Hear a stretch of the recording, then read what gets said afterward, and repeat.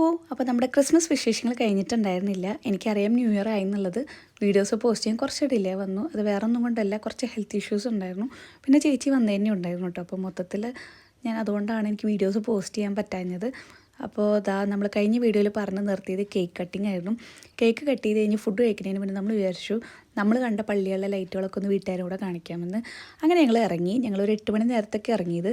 അതുകൊണ്ട് തന്നെ ലൂർദ് പള്ളിയിലോട്ട് പോകാമെന്ന് വിചാരിച്ച് ഇറങ്ങിയതും ലൂർദ് പള്ളിയിലോട്ട് നമുക്ക് അടുക്കാൻ പോലും പറ്റിയില്ല. അത്ര തിരക്കായിരുന്നു.